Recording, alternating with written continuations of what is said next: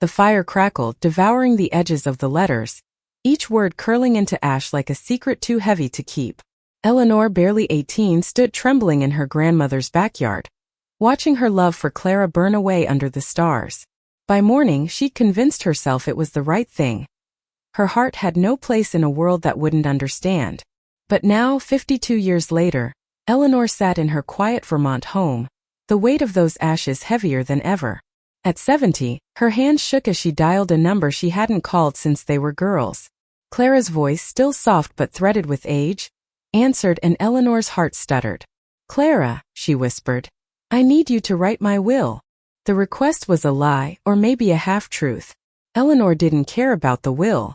She cared about seeing Clara again, about unearthing what she'd buried all those years ago. The world had changed since 1973, but had they? Could they? Eleanor's life had been a careful construction of duty. After that night burning the letters, she'd married Thomas, a kind man who never asked why her smiles seemed borrowed. They raised 2 daughters in this same small town, where maple trees blazed every fall and gossip traveled faster than the wind. Thomas had passed 10 years ago, leaving Eleanor in a house too big for one. Her daughters, now grown, visited often, but they couldn't fill the hollow space where Clara had once lived. Clara, too, had built a life. She'd moved to Boston, become a lawyer, and lived openly as herself, a life Eleanor envied from afar, piecing together fragments from old classmates' stories. Clara had loved women unapologetically, while Eleanor had hidden, her heart locked in a box she'd never dared open. The phone call had been impulsive, spurred by a late-night discovery of an old photo. 2 girls, 17, laughing under a willow tree, their hands brushing as if by accident. Eleanor had stared at it for hours, her chest aching. She'd burned the letters, but not the memories. Not the way Clara's laugh felt like sunlight, or how her green eyes held a promise neither could keep. Clara arrived 2 days later, stepping out of a rental car in Eleanor's driveway. Her white hair was cropped short, her frame slighter than Eleanor remembered, but those eyes, God, those eyes were the same. "You look like you've seen a ghost," Clara said, her voice teasing but soft, as if she too felt the weight of 50 years. "I might have," Eleanor replied, her throat tight. She led Clara inside, where the air smelled of cinnamon and old wood. They sat at the kitchen table, a legal pad between them, but neither reached for it. Instead, Clara's gaze lingered on Eleanor's hands, on the ring she no longer wore. "Why now, Ellie?" Clara asked, using the nickname that hadn't crossed her lips since they were kids. "Why a will? And why me?" Eleanor wanted to say everything, how she'd never stopped loving her, how she'd burned the letters to save them both from a world that would have torn them apart, how she'd regretted it every day since. But the words caught, tangled in decades of silence. "I trust you," she said instead, her voice barely above a whisper. Clara's smile was small, tinged with something like sorrow. "You always did." They spent the afternoon pretending to discuss the will. Eleanor listed assets: her house, her savings, a few heirlooms for her daughters, but her eyes kept drifting to Clara's hands, to the way they moved when she spoke, steady and sure. Clara took notes, her pen scratching softly, but Eleanor caught her stealing glances too. As dusk fell, Clara set the pen down. "This isn't about a will, is it?" she asked, her voice cutting through the pretense. Eleanor froze, her heart pounding. She could lie again, keep the walls up, but the photo in her drawer, the one she hadn't shown Clara yet, burned hotter than those letters ever had. "No," Eleanor admitted, her voice breaking. "It's about us." Clara leaned back, her expression unreadable. "Us," she echoed. "After all this time?" Eleanor's hands trembled as she reached for the drawer, pulling out the photo. She slid it across the table, her fingers brushing Clara's for the first time in decades. The touch was electric, a spark that hadn't dimmed. Clara stared at the photo, her breath hitching. "You kept this," she whispered, tracing the edges of their younger selves. "I kept you," Eleanor said, tears spilling over. "Even when I couldn't." The room felt too small for the weight of their history. Clara's eyes met Eleanor's, and for a moment, they were 17 again, standing under that willow tree, the world full of possibilities they hadn't dared seize. "I burned your letters," Eleanor confessed, the words spilling out like a dam breaking. "I was scared. My grandmother, she caught me writing to you. She said it was wrong, that I'd ruin us both." so I burned them. I thought it would fix me. Clara's face softened, but pain flickered in her eyes. You broke my heart, Ellie. I broke mine too, Eleanor said, her voice raw. I've been breaking it ever since. Clara reached across the table, her hand covering Eleanor's. The warmth of her touch was a lifeline, pulling Eleanor from the ashes of her past. Why now? Clara asked again, softer this time. Because I'm tired of being afraid, Eleanor said. And because I'm running out of time. The silence that followed was heavy but not empty. It held the weight of what they'd lost, and the fragile hope of what they might still find. Clara squeezed Eleanor's hand, her thumb tracing circles over her knuckles. Then let's not waste it, she said. That night they talked until the stars faded, unraveling the years they'd spent apart. Clara spoke of her life in Boston, of loves that had come and gone, of the freedom she'd fought for. Eleanor shared her marriage, her daughters, the quiet ache of a life half-lived. They laughed, they cried, and when Clara reached for her hand again, Eleanor didn't pull away. As dawn broke, Clara stood to leave, promising to return the next day to finish the will. But they both knew it was more than that. It was a chance to rewrite their story, to reclaim what they'd lost. Eleanor watched Clara drive away, her heart lighter than it had been in years. She didn't know what tomorrow would bring, but for the first time in decades, she wasn't afraid to find out. Clara returned the next morning, her rental car crunching over the gravel in Eleanor's driveway.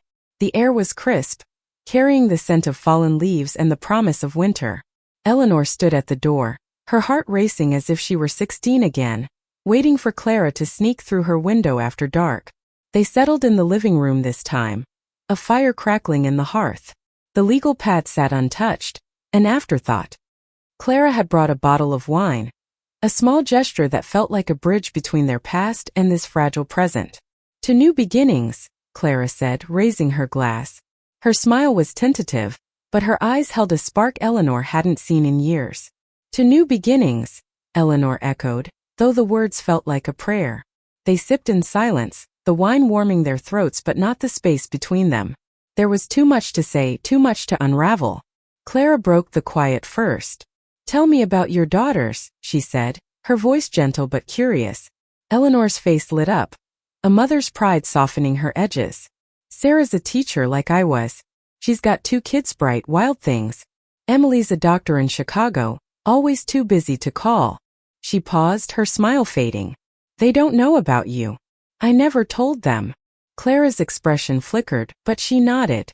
I get it. It was a different time. Doesn't make it right, Eleanor said, her voice thick. I hid you from them, from everyone. I hid myself. Clara set her glass down, leaning forward. You did what you thought you had to. We both did. Eleanor wanted to argue, to say she'd had a choice and made the wrong one, but Clara's hand found hers again, steadying her. Tell me about you, Eleanor said, desperate to shift the focus. Your life. Your loves. Clara laughed, a sound that carried both joy and ache. Oh, Ellie, I've had my share. Some were fleeting, some broke me. But none of them were you. The words landed like a stone in Eleanor's chest. She wanted to reach out, to close the distance, but fear held her back. Instead she asked, do you regret it? Living so openly. Clara's eyes darkened. Sometimes. Boston was better than here, but it wasn't easy. I lost jobs, friends. My parents stopped speaking to me for years. But I couldn't live a lie. Not like. She stopped, catching herself. Not like me, Eleanor finished, her voice barely audible. Clara shook her head. I didn't mean it like that. I couldn't pretend. But I paid for it.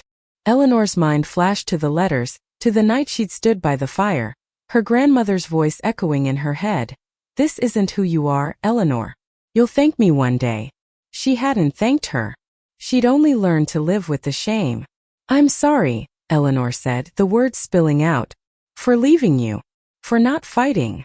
Clara's hand tightened around hers. You were a kid. We both were. And your grandmother, she scared you into silence.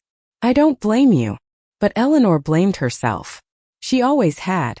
The fire had taken more than the letters. It had taken her courage, her truth. She'd spent decades building a life that looked perfect from the outside. But inside it was hollow. Clara stood, moving to the window where the late afternoon sun cast long shadows. "You know," she said, her back to Eleanor, "I kept your letters, the ones you sent before you stopped. I read them until the paper started to tear." Eleanor's breath caught. "You still have them?" Clara turned, her smile bittersweet.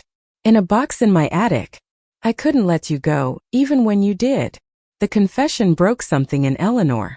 She stood, crossing the room to stand beside Clara.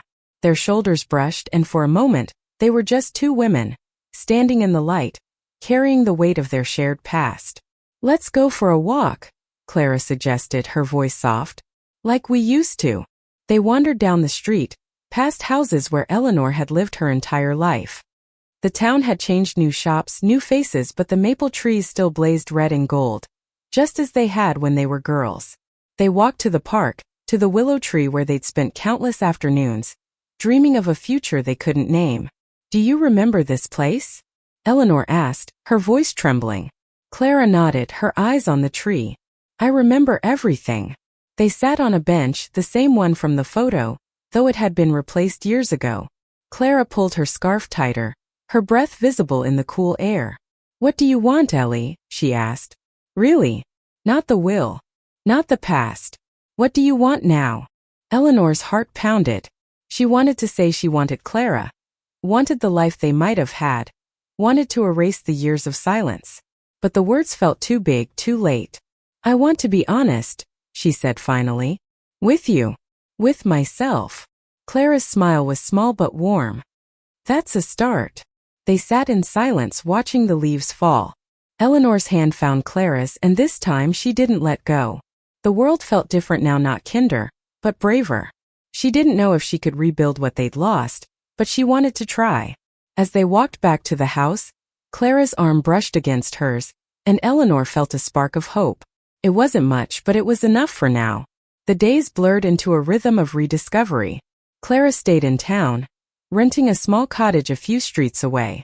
Each morning, she arrived at Eleanor's with coffee and a smile, and they'd sit together talking about everything and nothing. The will remained a pretense, a thin excuse for their time together, but neither mentioned it. One afternoon, as rain tapped against the windows, Clara brought a box from her car. It was old, the edges worn, tied with a faded red ribbon. "I thought you should see these," she said, setting it on the table.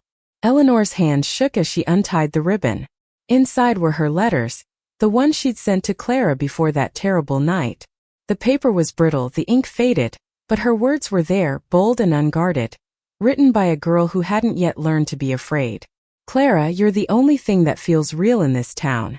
I think about you all the time, even when I shouldn't. I don't know what this means, but I know I don't want it to stop." Eleanor's eyes burned as she read. "I wrote this," she whispered, her voice thick. "I was so brave then." "You still are," Clara said, her hand resting on Eleanor's shoulder. "You just forgot." The letters were a time capsule, a reminder of who they'd been. Eleanor read them all, each one a stab of joy and pain. Clara watched, her expression soft but guarded, as if waiting for Eleanor to decide what came next. "I want to show you something," Eleanor said, standing abruptly. She led Clara upstairs to her bedroom, to a locked drawer she hadn't opened in years. Inside was a journal, its pages yellowed but intact. "I didn't burn everything," she said, handing it to Clara. "I kept writing to you even after. I just never sent them." Clara opened the journal, her fingers tracing Eleanor's handwriting. The entries were raw, unfiltered, a confession of love and regret spanning decades. "I saw you in a dream last night, Clara. We were under the willow tree and you were laughing. I woke up crying." Clara's eyes glistened as she read. "You never stopped loving me," she said, her voice breaking. "Never," Eleanor admitted, her chest tight. "But I didn't know how to live it." Clara closed the journal, setting it aside. She stepped closer, her hand cupping Eleanor's face. "You're living it now," she said. The moment hung between them, fragile and electric. Eleanor leaned into Clara's touch, her heart racing. She wanted to kiss her, to close the gap that had haunted her for 50 years, but fear still lingered, a shadow she couldn't shake. Instead, Clara kissed her forehead, a gentle gesture that felt like absolution. "We have time," she whispered. But time was the one thing Eleanor feared they didn't have. At 70, every day felt borrowed. She wanted to make up for the years they'd lost, but the weight of her past, her marriage, her daughters, her silence kept her anchored. The next day, Clara suggested they visit the town's historical society. "I want to know more about this place," she said, her tone light but deliberate. "About us back then." The historical society was a small building filled with dusty records and faded photos. They spent hours poring over old newspapers, yearbooks, anything that might hold a piece of their past. They found a photo from their senior prom. Clara in a blue dress, Eleanor in green, both smiling but standing apart, their secret hidden in plain sight. "Look at us," Clara said, laughing softly. "We thought we were so clever hiding how we felt." "I wasn't clever," Eleanor said, her voice heavy. "I was terrified." Clara's hand found hers under the table. "You don't have to be anymore." That night they cooked dinner together. A simple meal of pasta and wine. The kitchen felt alive with their laughter, their stories, the ease of being together. But as they washed dishes side by side, Eleanor's daughter Sarah called. "Mom, I'm coming by tomorrow," Sarah said, her voice cheerful.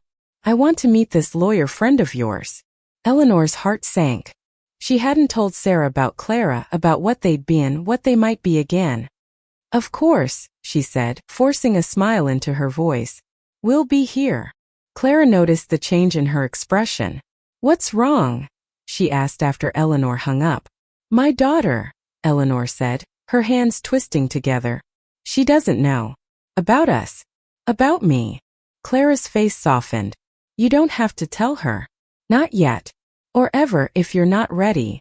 But Eleanor was tired of hiding.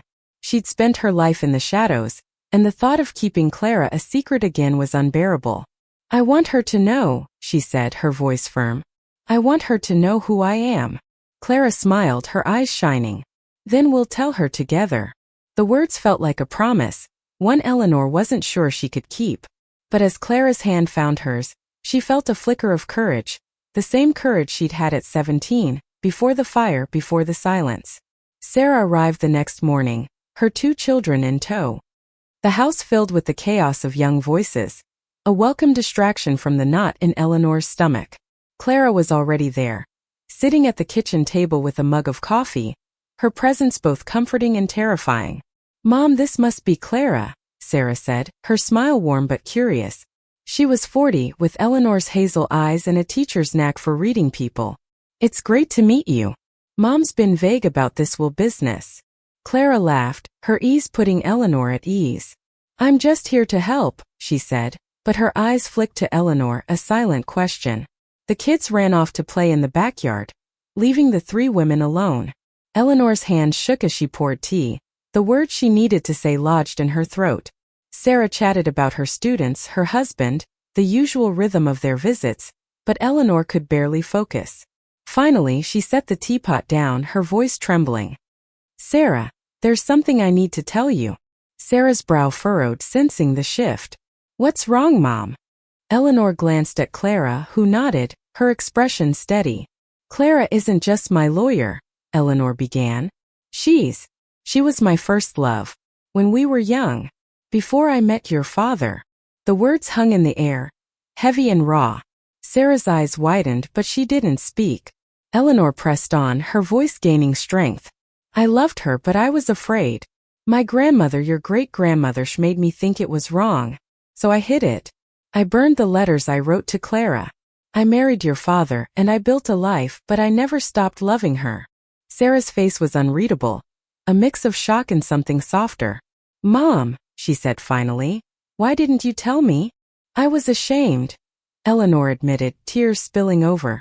"Not of loving Clara, but of hiding it. Of not being brave enough to live my truth." Clara reached for Eleanor's hand, her touch grounding. Sarah watched the gesture, her expression softening. "I wish you'd told me," she said. "Not because it changes anything, but because I want to know you. All of you." Eleanor's sob broke the silence, relief flooding her. Sarah stood, crossing the room to hug her mother. "I love you, Mom," she whispered. "And I'm proud of you." Clara's eyes glistened, but she stayed quiet, giving them their moment. When Sarah pulled back, she looked at Clara. "You're important to her," she said. That makes you important to me. The rest of the day passed in a blur of laughter and stories.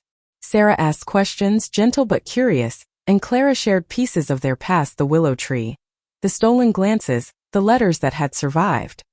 The kids ran in and out, oblivious to the weight of the moment, and Eleanor felt lighter than she had in years. That evening, after Sarah and the kids left, Eleanor and Clara sat on the porch, wrapped in blankets against the autumn chill. The stars were bright, a mirror of the night Eleanor had burned the letters. But this time there was no fire, no shame. Only Clara beside her, real and warm. "You were brave today," Clara said, her voice soft. "I was terrified," Eleanor admitted, but she smiled. "But I'm glad I did it." Clara's hand found hers, their fingers intertwining. "What now?" she asked. Eleanor didn't have an answer, not fully. But she knew she wanted Clara in her life, in whatever way they could manage. "Stay," she said. "At least for a while. Let's figure it out together." Clara's smile was radiant, even in the dark. "I'd like that." The next week was a whirlwind. Clara extended her stay, and they fell into a routine: mornings with coffee, afternoons exploring the town, evenings by the fire. They visited the willow tree again, this time leaving a small carving of their initials, a quiet claim on their past. But the ease was fragile. One night, as they sat together, Clara's phone rang. It was her sister, her voice sharp with worry. "Clara, you need to come home." "It's Mom. She's not doing well." Clara's face paled, and Eleanor felt a pang of fear. "Go," she said, though the word hurt. "I'll be here." Clara nodded, her eyes searching Eleanor's. "This isn't goodbye," she said firmly. "I'm coming back." They held each other that night, their embrace fierce, as if they could hold time itself at bay. When Clara left the next morning, Eleanor stood in the driveway watching her car disappear, her heart heavy but not broken. She spent the day alone, wandering the house, touching the places where Clara had been. The legal pad still sat on the table, half filled with notes for a will they'd never finished. Eleanor picked it up, her pen hovering, but instead of assets she wrote, "I love you, Clara. I always have." Clara was gone for 3 weeks. Eleanor filled the days with routine: gardening, reading, visits from Sarah, but her thoughts were with Clara. They texted daily, small updates about Clara's mother, who was frail but stable, and Eleanor's quiet life in Vermont. Each message was a thread, keeping them tethered across the miles. One evening, Eleanor sat at her kitchen table, the journal open before her. She wrote to Clara, not to send, but to keep her close. "I'm not afraid anymore. I want a life with you, whatever that looks like. I want to be brave." When Clara returned, she looked tired but relieved. "Mom's better," she said, dropping her bag in Eleanor's living room. "And I missed you." Eleanor pulled her into a hug, her heart full. "I missed you too." They spent the evening catching up, their conversation flowing easily. Clara talked about Boston, her mother's stubborn spirit, the life she'd built. Eleanor listened, marveling at the woman Clara had become: strong, unapologetic, yet still the girl who'd made her heart race under the willow tree. As the fire died down, Clara pulled out the legal pad. "We should finish this," she said, her tone teasing but serious. "You did call me here for a will." Eleanor laughed, but her expression turned thoughtful. "I don't care about the will," she said. "I care about us. About what we could be." Clara's eyes softened. "And what's that, Ellie?" Eleanor took a breath, her heart pounding. "I want you in my life. Not just for a week or a month. For as long as we have." Clara's smile was radiant, but she didn't speak right away. Instead, she reached for Eleanor's hand, pulling her close. "I want that too," she said. "But I live in Boston. You're here. We've built different lives. Then we build a new one," Eleanor said, her voice firm. "Together." The words felt like a vow, fragile but fierce. Clara leaned in, and this time Eleanor didn't hesitate. Their kiss was soft, tentative, but it carried the weight of 50 years of love, loss, and second chances. The next morning they started planning. Clara would split her time between Boston and Vermont, keeping her practice while staying with Eleanor as often as she could. Eleanor would visit Boston, explore the life Clara had built. It wasn't perfect, but it was theirs. They finished the will, not because Eleanor needed it, but because it felt like closing a chapter. She left her house to Sarah, her savings to her grandchildren, and a small note for Clara. You were my first love and my last. Months passed and their life together took shape. They spent weekends under the willow tree, holidays with Sarah's family, quiet nights by the fire. Eleanor came out to her friends, her community, each confession a step toward freedom. Some turned away, but most embraced her, their acceptance a gift she hadn't expected. One spring day they drove to the coast, to a small beach Clara loved. The air was warm, the waves crashing softly. They walked hand in hand, their steps slow but sure. I used to dream of this, Clara said, her voice soft. Us together like this. I did too, Eleanor admitted. Even when I wouldn't let myself. Clara stopped, turning to face her. We made it, Ellie. It took 50 years, but we made it. Eleanor's eyes filled with tears, but they were happy ones. We did. They stood there, the ocean stretching before them, their hands clasped tight. The world had changed and so had they. But their love was the same, fierce, unbroken, eternal. As the sun set, painting the sky in shades of pink and gold, Eleanor felt a peace she'd never known. She'd burned her letters but not her love. And now with Clara by her side, she was finally whole.